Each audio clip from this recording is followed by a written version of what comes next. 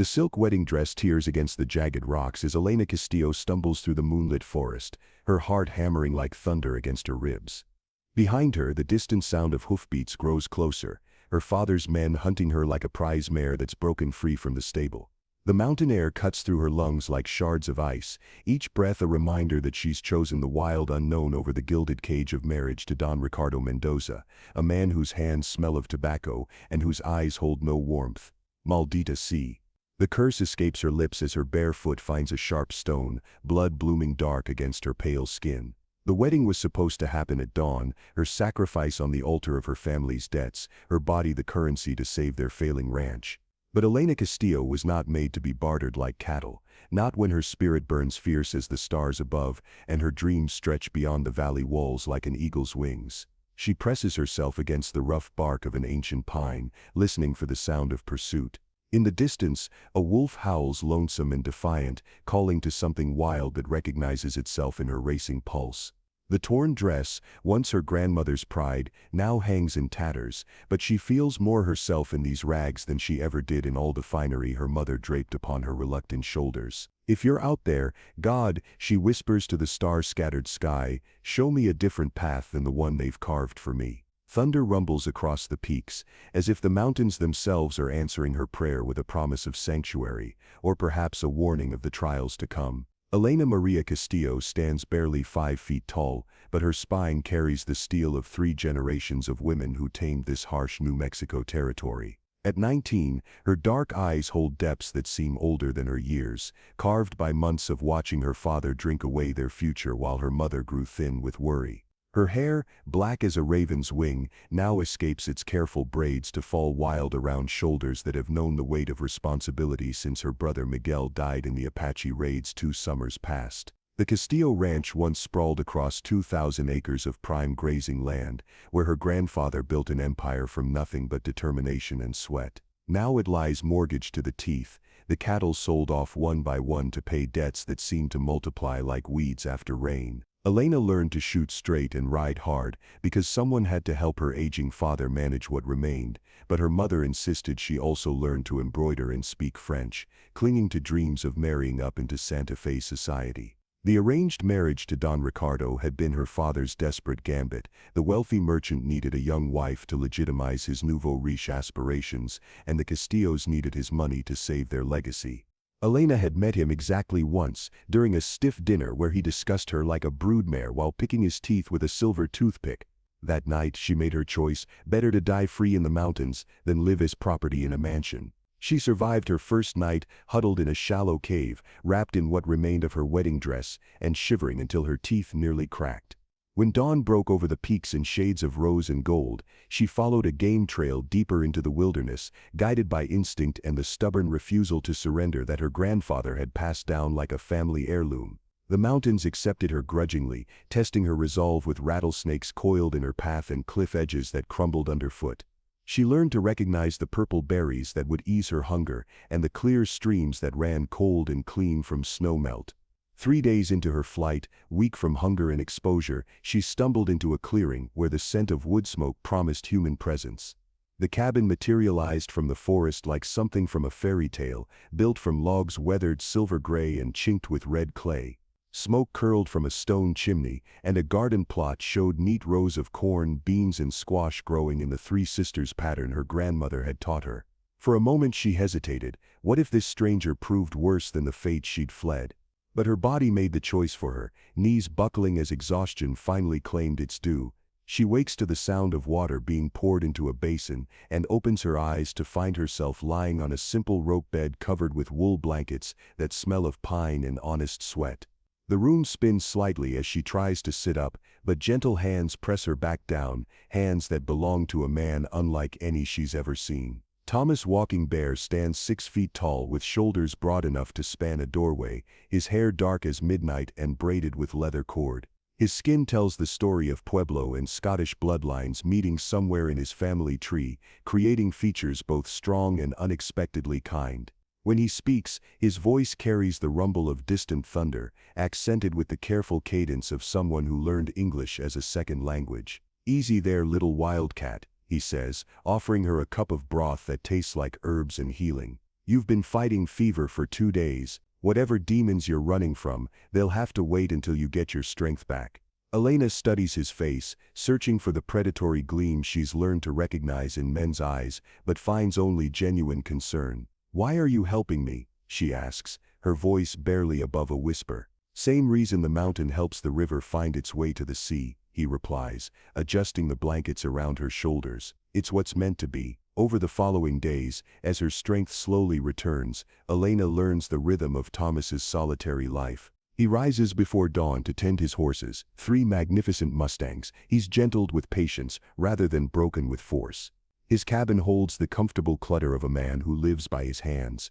Leather working tools, dried herbs hanging from the rafters, shelves lined with books that speak of an education far beyond what his rough appearance might suggest. "I was a teacher once," he tells her, as she watches him repair a bridle with stitches tiny and precise as a woman's needlework. "Down in Santa Fe before I decided the mountains made better company than most civilized folk." She doesn't ask what drove him to this wilderness exile. Some wounds are too deep for casual conversation. Instead, she offers what help her recovering strength allows: grinding corn for meal, tending the small fire that never quite dies in his stone hearth, learning the names of the plants he gathers for medicine and food. "This is Devil's Claw," he says, showing her a curious seed pod that looks like a tiny dragon's talon. "The Pueblo women weave it into baskets, but it's also good for joint pain. The mountains provide everything we need if we know how to see." Elena finds herself seeing the wilderness through new eyes, no longer as a hostile wasteland, but as a complex community where every element has its purpose. Thomas teaches her to read the signs that predict weather changes, to identify the calls of different birds and what they mean, to move through the forest with respect rather than fear.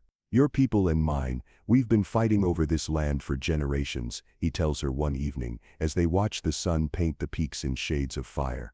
"But the land doesn't belong to any of us. We belong to it if we're wise enough to listen." It's a philosophy that resonates with something deep in Elena's spirit, something her convent education tried to tame but never quite managed to kill. In the mountains with Thomas, she begins to understand the difference between the love her parents promised her, transactional, based on duty and social advancement, and something altogether different that grows quiet and strong as mountain wildflowers pushing through stone. Their peaceful existence shatters on a Tuesday morning when the sound of approaching horses breaks the forest silence like a stick snapping. Elena's blood turns to ice water as she recognizes her father's voice calling her name, accompanied by the deeper tones of men she doesn't know but can guess. Don Ricardo's vaqueros, probably armed and definitely angry about being led on a week-long chase through hostile territory. "Elena, hija, por favor, come home before you bring shame on our family name."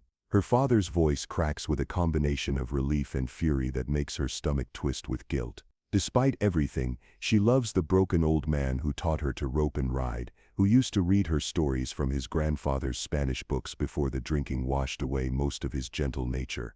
Thomas appears at her shoulder, his presence steady as bedrock, and she realizes that in the space of a week he's become her anchor in ways that have nothing to do with gratitude and everything to do with recognition. Soul calling to soul across the artificial boundaries of culture and circumstance. "I can lead them away," he offers quietly, his dark eyes serious. "There are trails they'll never find, places you can hide until they give up and go home." Elena considers this, weighing freedom against the certain knowledge that her family will face Don Ricardo's wrath if she simply disappears. The merchant has probably already advanced money against their marriage contract, money her father desperately needs and can't afford to return.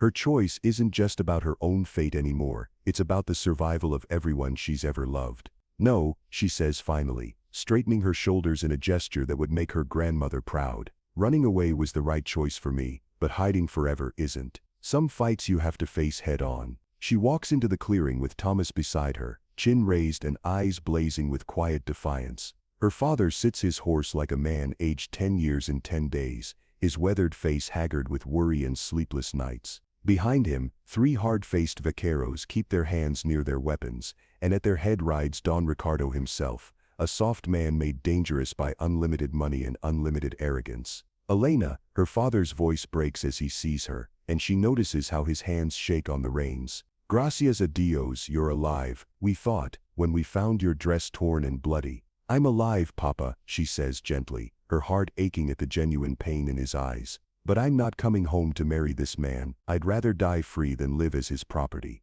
Don Ricardo's face purples with rage at her words, his small eyes fixing on Thomas with venomous intensity. "And I suppose this savage has been teaching you about freedom, filling your head with romantic notions about living in the wilderness like an animal." The insult hits its mark. Elena sees Thomas's jaw tighten, though his expression remains carefully neutral. This is the moment she realizes that their different worlds are about to collide in ways that could destroy them both. "Don Ricardo," she says, her voice carrying a authority that surprises even herself, "I've learned more about respect and genuine kindness in 1 week here than in 19 years of your so-called civilization. If you think you can buy me like a horse or a piece of land, you're mistaken. Your father has already accepted my offer," the merchant snaps, gesturing toward the man who raised her. "The contract is signed, the bride price paid. You're mine by law, and I'll not be made a fool by some half-breed mountain hermit and his Apache whore." The words hang in the air like the echo of gunfire, and Elena feels the moment balance on a knife's edge. Thomas's hand moves almost imperceptibly toward the long knife at his belt, while the vaqueros shift in their saddles, sensing violence about to break like a summer storm. "That's enough." The voice that cuts through the tension belongs to her father, and for a moment Elena sees flashes of the man who once commanded respect throughout the territory. "Don Ricardo, you will not speak of my daughter in such terms, contract or no contract." But the merchant has gone too far to back down now, his face twisted with the fury of a man accustomed to having his will unopposed. "I'll speak of her however I choose, old man. She's mine, and I'll drag her back to Santa Fe in chains if necessary. As for this red devil who's corrupted her," his hand drops to the pistol at his hip. The gunshot cracks across the clearing like thunder, echoing off the surrounding peaks and sending a flock of ravens spiraling into the sky. But the smoking weapon belongs not to Don Ricardo, but to Elena herself, who has somehow produced her grandfather's old Colt from beneath the rough shirt Thomas lent her. "The next one goes between your eyes," she says conversationally. The barrel trains steady on the merchant's chest. "Thomas Walking Bear has shown me more honor in a week than you've shown anyone in your entire miserable life. Now get off his land before I decide that protecting him is worth becoming the kind of killer you already are." The tableau holds for a long heartbeat. Elena with the gun, Thomas radiating dangerous stillness, her father caught between worlds, and Don Ricardo discovering that money can't purchase everything after all. Finally the merchant wheels his horse around with a snarl of frustrated rage. "This isn't over, Castillo. Your daughter has cost me respect, and I'll have satisfaction one way or another. The law will hear about this harboring a runaway bride, threatening a lawful husband-to-be. Your mountain savage will hang for this, and she'll watch it happen." As the sound of hoofbeats fades into the distance, Elena realizes that her gesture of defiance has only bought them time, not freedom. Don Ricardo has connections in Santa Fe, money to grease palms and influence to bend laws. Worse, she's dragged Thomas into a conflict that could cost him everything, simply by letting him shelter her when she had nowhere else to go. "I'm sorry," she whispers, the gun suddenly heavy in her hands. "I've brought you nothing but trouble." Thomas takes the weapon gently, checking that it's properly safeguarded before setting it aside. When he looks at her, his dark eyes hold something she's never seen before, not pity or regret, but pride and something deeper that makes her heart skip like a stone across water. "Some troubles are worth having," he says simply. "The question now is what we do about it." Her father, who has sat silent through the entire confrontation, finally speaks up. "Elena, Mia, there might be another way. Don Ricardo's contract was with me, not with you directly. If something were to happen to invalidate that agreement—" "What do you mean, Papa?" The old man's smile holds echoes of the cunning that once made him the most successful rancher in 3 counties. "If you were to marry someone else first, the contract would be void. Don Ricardo might have legal remedies against me, but he'd have no claim on a married woman."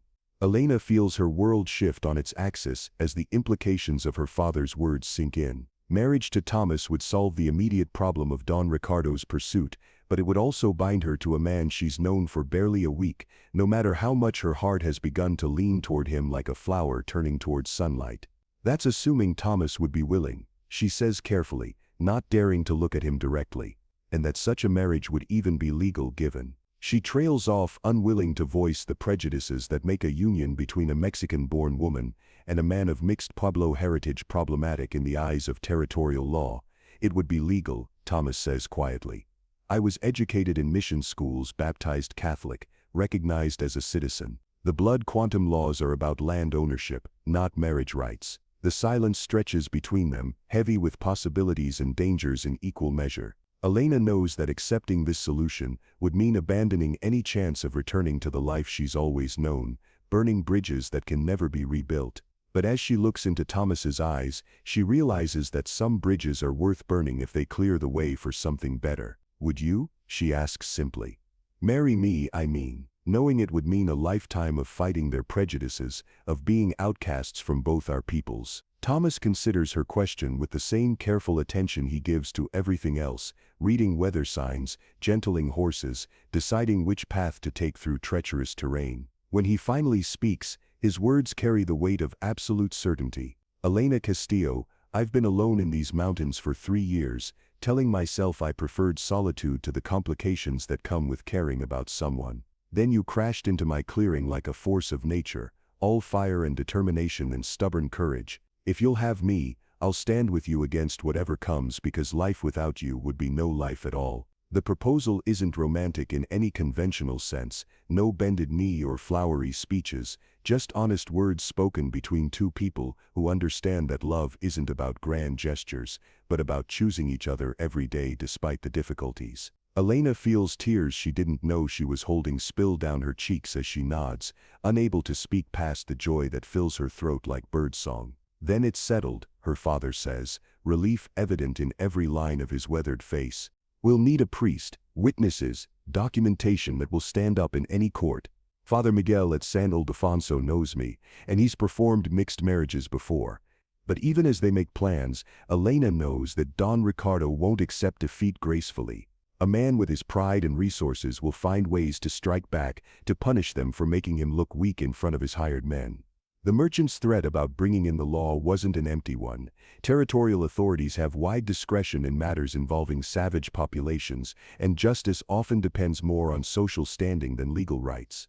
Their worst fears prove founded when word comes 3 days later that Don Ricardo has indeed petitioned the territorial court, claiming that Thomas has kidnapped and corrupted a Mexican citizen, that the proposed marriage is invalid under territorial statutes, and that he has prior legal claim to Elena as his contracted bride. More troubling still, he's enlisted the support of several prominent Santa Fe families who see the case as an opportunity to establish legal precedents about intermarriage and property rights. He's turning our love into a political cause, Elena says bitterly as they read the court summons that arrived with the territorial marshal, making it about race and social order instead of what it really is. Thomas holds her close as she struggles against anger and despair, his steady presence the only thing keeping her grounded. Some fights choose us whether we want them or not, he tells her. The question is whether we fight them on our terms or theirs. They marry at dawn on a Tuesday, standing before Father Miguel in the tiny adobe chapel at San Ildefonso, while her father and 2 Pueblo elders serve as witnesses. Elena wears a simple white dress her father brought from home, while Thomas stands proud in the best clothes he owns, dark trousers and a white shirt that makes his mixed heritage impossible to ignore. The ceremony itself is brief, conducted in a mixture of Spanish and English with a few words of Tiwa that Father Miguel learned during his years serving the Pueblo. When Thomas slips his grandmother's silver ring onto Elena's finger, she feels the weight of it like a promise made not just between them but between their peoples, a bridge built from understanding instead of conquest. Los declaro marido y mujer, Father Miguel intones, his weathered face creased with a smile that speaks of hope for a more tolerant future. What God has joined together, let no man put asunder. They kiss as husband and wife while the bells of the little chapel ring out across the valley, their joy shadowed by the knowledge that their real trials are just beginning. Don Ricardo's legal challenge will follow them wherever they go, and territorial law enforcement has ways of making life difficult for those who challenge the established order. But for this moment, standing in the morning sunlight with their hands clasped and their futures intertwined, Elena and Thomas allow themselves to believe that love might be stronger than prejudice, that 2 people willing to stand together can weather any storm. The territorial hearing takes place in Santa Fe's courthouse, an imposing adobe building that represents everything Elena has come to distrust about civilized society. Don Ricardo arrives with 2 lawyers and a phalanx of character witnesses ready to testify about Thomas's savage nature and Elena's corruption by prolonged exposure to uncivilized influences. Elena sits in the gallery wearing her best dress, her wedding ring gleaming on her finger as she watches her husband face down a system designed to diminish men like him. Thomas stands before the territorial judge with quiet dignity, his education evident in every carefully chosen word as he responds to increasingly hostile questioning about his background, his intentions, and his fitness to marry a woman of Spanish descent. "Mr. Walking Bear," the territorial prosecutor sneers, "do you really expect this court to believe that your relationship with the defendant is based on genuine affection rather than opportunistic exploitation of a vulnerable young woman fleeing family responsibilities? I expect this court to recognize that my wife married me of her own free will," Thomas replies evenly, "and that our union is legal under both territorial and federal law regardless of anyone's personal opinions about racial mixing." The hearing drags on for 3 days with Don Ricardo's lawyers painting increasingly lurid pictures of Elena's captivity and degradation at the hands of her savage captor. They produce medical testimony about the psychological effects of wilderness isolation, legal precedents about the validity of contracts made by fathers on behalf of their daughters, and character witnesses ready to swear that Elena was a model of Spanish Catholic virtue before her corruption by mountain life. Elena watches it all with growing fury, seeing how the legal system reduces her choice to marry Thomas into evidence of feminine weakness and racial contamination. When she's finally allowed to testify on her own behalf, her words ring with the passion of someone fighting for more than just personal happiness. "Your Honor," she says, standing straight and proud before the bench, "I married Thomas Walking Bear because he's the finest man I've ever known. He's educated, gentle, hard-working, and honorable, everything Don Ricardo Mendoza is not. If this court rules that my marriage is invalid simply because my husband's grandmother was Pueblo instead of Spanish, then it's declaring that love and respect matter less than the accident of blood, and that's not justice, it's prejudice dressed up in legal robes." The judge, a career politician with aspirations for higher office, clearly wants to rule in favor of the establishment position, represented by Don Ricardo and his influential supporters. But Elena's passionate testimony, combined with Father Miguel's documentation of the marriage and the territorial law's technical provisions for indigenous citizenship, creates enough legal ambiguity to make a definitive ruling politically dangerous. After a day of deliberation, the judge delivers a Solomon-like decision that satisfies no one completely but acknowledges the legal reality of Elena and Thomas's union. The marriage is declared valid under territorial law, voiding Don Ricardo's contract claim.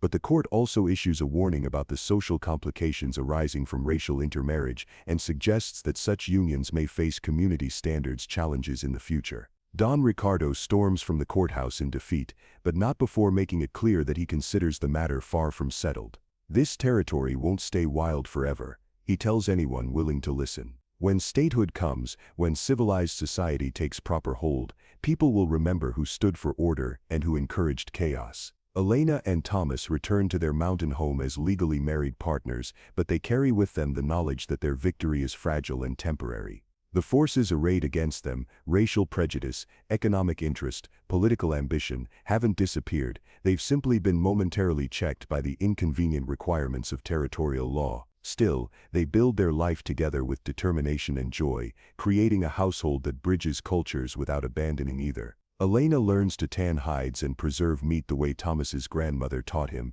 while he helps her establish a vegetable garden using techniques passed down through generations of Spanish colonial farmers. Their first year of marriage brings challenges that test their bond in ways both large and small. Elena struggles with the isolation of mountain life, missing the social connections and cultural celebrations of her childhood community. Thomas wrestles with protective instincts that sometimes manifest as overprotectiveness, trying to shield her from the harsh realities of wilderness survival. They learn to argue constructively, to voice disappointments without wounding each other, to find compromises that honor both their needs and their different backgrounds. When Elena falls ill with mountain fever, Thomas nurses her through delirium and despair with the patient devotion of someone who understands that love is as much about tending weakness as celebrating strength. When spring returns to the mountains, bringing wild flowers and newborn foals and the promise of fresh beginnings, Elena discovers she's carrying their first child. The news fills them both with joy tinged by anxiety. Bringing a mixed heritage child into a world that barely tolerates their marriage seems like an act of faith bordering on defiance. What kind of future are we giving this baby? Elena wonders aloud as they watch the sunset paint the peaks in shades of rose and gold. Will they be accepted by either of our peoples, or will they spend their whole life caught between worlds? Thomas places his hand over her still flat belly, his expression thoughtful. Maybe being caught between worlds is exactly what this territory needs, he says. Someone who belongs to both, who can build bridges where others see only walls. Their daughter is born on a crisp October morning, arriving with her mother's dark hair and her father's storm-gray eyes, and a voice that fills the cabin with indignant protest at being ejected from her warm nest. They name her Sophia Elena, honoring both their grandmothers, and she becomes the center of their universe in ways that surprise them with their intensity. Sophia grows into a child who embodies the best of both her heritage lines, curious and strong-willed like her mother, thoughtful and observant like her father, equally comfortable speaking Spanish, English, and the handful of Tiwa words Thomas teaches her. When she takes her first steps, it's toward a bookshelf filled with volumes in 3 languages, and her first clear word is caballo, spoken while pointing at the horses that have become as much family as livestock.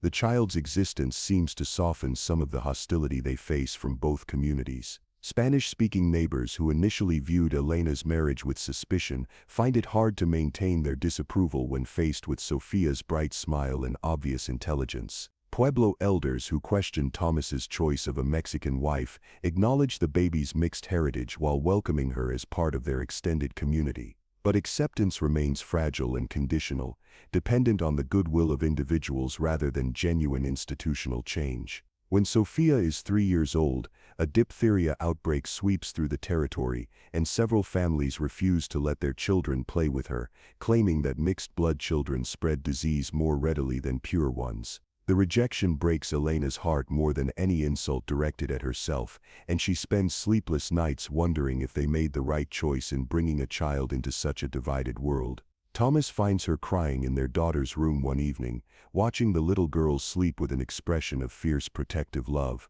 "We should have thought more carefully," Elena whispers, "about what we were condemning her to face." "Look at her," Thomas replies softly, sitting beside his wife on the edge of their daughter's small bed. Strong, healthy, loved beyond measure.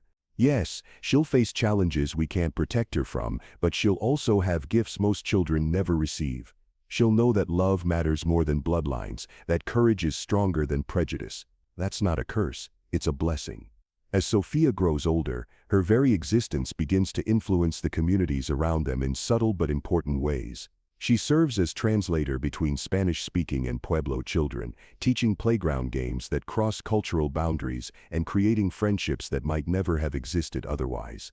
Her easy movement between worlds demonstrates possibilities that older generations found difficult to imagine. The territorial legislature's debates about statehood bring new pressures and new opportunities. Progressive politicians point to families like theirs as evidence of the territory's successful integration of different peoples, while conservative voices use them as examples of the social chaos that statehood might unleash. Elena and Thomas find themselves reluctant symbols in political arguments they never sought to join. When Sophia is 5 years old, the territorial capital establishes new schools designed to educate children from all ethnic backgrounds together, an experiment in integration that faces fierce resistance from segregationists who prefer the old system of separate institutions. Elena volunteers to teach Spanish and arithmetic, while Thomas offers instruction in natural science and basic veterinary skills. The integrated school becomes a testing ground for the kind of society Elena and Thomas have been trying to build in microcosm, one where difference is acknowledged but doesn't determine worth, where children learn from each other's traditions instead of fearing them. Sophia thrives in this environment, making friends across ethnic lines and demonstrating the social possibilities that emerge when prejudice is challenged with patience and persistence. Their success doesn't go unnoticed or unopposed. Don Ricardo, now serving on the territorial school board, wages a campaign to close the integrated school and return to segregated education. He frames his arguments in terms of community standards and appropriate social boundaries, but everyone understands that his real target is the kind of racial mixing that Elena and Thomas's marriage represents. The school board hearing becomes another battleground, with parents, teachers, and community leaders lining up on either side of the integration question. Elena testifies about the academic and social benefits she's observed in the mixed classroom, while Don Ricardo produces expert witnesses who claim that racial mixing leads to moral corruption and academic decline. Sophia, now old enough to understand that her family is somehow controversial, asks her parents why some people don't want children like her to go to school with other children. Elena struggles to explain prejudice to a 5-year-old who has never experienced anything but love and acceptance at home. Some people are afraid of things that are different, she finally says. They think that if you mix different kinds of people together, something bad will happen. But you know better, don't you? You've seen that different can be beautiful. The school board's vote is closer than Elena expected, 5-4 in favor of maintaining integration, with Don Ricardo's motion to segregate failing by a single vote. The narrow margin reveals how fragile their progress remains, how easily years of careful bridge building could be undone by shifting political winds or economic pressures. But the victory also demonstrates something important about social change, that it happens not through grand gestures but through countless small acts of courage, individual choices to stand up for principles even when it's difficult or dangerous. Elena and Thomas's decision to love across racial lines, to build a family that embodies integration rather than simply advocating for it, has created ripple effects that extend far beyond their mountain cabin. As Sophia enters her 6th year, Elena gives birth to a son they name Miguel Thomas, honoring both her lost brother and his father's heritage. The boy arrives with his sister's storm-gray eyes but his mother's quick smile, and from his first days seems destined to be a bridge builder like his parents. The growing family creates new pressures and new joys. Elena discovers that love multiplies rather than divides, that her heart expands to encompass each child without diminishing her devotion to the others. Thomas proves to be a patient, involved father who teaches his children to read animal tracks and weather signs with the same care most parents give to alphabet lessons. Their success as a family begins to influence other cross-cultural relationships throughout the territory. Young people from different ethnic groups point to Elena and Thomas as proof that such marriages can work, that children of mixed heritage can thrive when raised with love and acceptance. The very existence of their thriving household becomes an argument for tolerance that no amount of political rhetoric can counter. When territorial statehood finally arrives, Elena and Thomas find themselves invited to participate in the Constitutional Convention, not as political leaders but as examples of the kind of citizens the new state hopes to produce. Elena serves on the Education Committee, advocating for integrated schools and equal opportunities regardless of ethnic background. Thomas contributes to discussions about land use and natural resources, bringing perspectives shaped by both indigenous wisdom and scholarly study. The new state constitution includes provisions for equal treatment under law, regardless of race, color, or previous condition of servitude, language that reflects the influence of families like theirs, who have demonstrated that diversity strengthens rather than weakens communities. It's not perfect protection. Legal equality doesn't automatically translate into social acceptance, but it establishes principles that future generations can build upon. Don Ricardo makes one final attempt to challenge their family's legitimacy, filing suit under the new state's marriage laws and claiming that their territorial marriage was invalid under federal statutes governing Indian citizenship. But by now, Elena and Thomas have built too many alliances, influenced too many lives, and demonstrated too clearly their value as citizens for such challenges to gain traction. The state Supreme Court not only upholds their marriage, but issues a landmark opinion declaring that the strength of our democracy lies not in the uniformity of our people, but in their unity despite diversity. The ruling becomes precedent for dozens of other cases involving cross-cultural families, establishing legal protections that extend far beyond Elena and Thomas's individual situation. As they stand in their garden on a summer evening, watching Sophia teach her brother to identify edible plants while the sunset paints the peaks in shades of gold and amber, Elena reflects on the journey that brought them to this moment. 10 years ago, she fled an arranged marriage with nothing but determination and faith in her own worth. Now she's part of a family that embodies everything she dreamed of but never dared name: love based on choice rather than convenience, partnership built on respect rather than submission. Children raised to see difference as blessing rather than barrier. Do you ever regret it? Thomas asks, following her gaze toward their children. The price we've paid for choosing each other? Elena considers the question seriously, thinking about the family relationships strained by their marriage, the social isolation they've sometimes faced, the legal battles they've fought, and the prejudices their children will inevitably encounter. Then she looks at Sophia's bright curiosity and Miguel's easy laughter, at the life they've built through determination and compromise and stubborn love. "Never," she says firmly, taking his hand as they watch their children play in the twilight. "Not for a single moment. We didn't just choose each other, we chose a different kind of world, and then we built it one day at a time." The mountains around them hold the same eternal peace they've always known, but now they shelter something new, a family that proves love can bridge any divide, that courage can overcome any prejudice, and that the future belongs to those brave enough to create it through their daily choices. Sophia runs toward them with her arms full of wildflowers, her face bright with the kind of joy that only children possess, and Elena knows that whatever challenges lie ahead, they've already won the victory that matters most. They've raised children who will see the world not as a collection of separate tribes, but as one large family still learning to live together in peace. The story of Elena and Thomas spreads throughout the new state and beyond, carried by travelers, traders, and teachers who have witnessed their success. It becomes a tale told around countless firesides, the woman who chose love over duty, the man who offered sanctuary to a stranger, and the family they built that became a beacon of hope for anyone who has ever loved across the boundaries that others use to divide the world. In courthouses and classrooms, in churches and community centers, their example influences decisions large and small. Young people facing family pressure to marry within their own ethnic groups find courage in Elena's choice to follow her heart.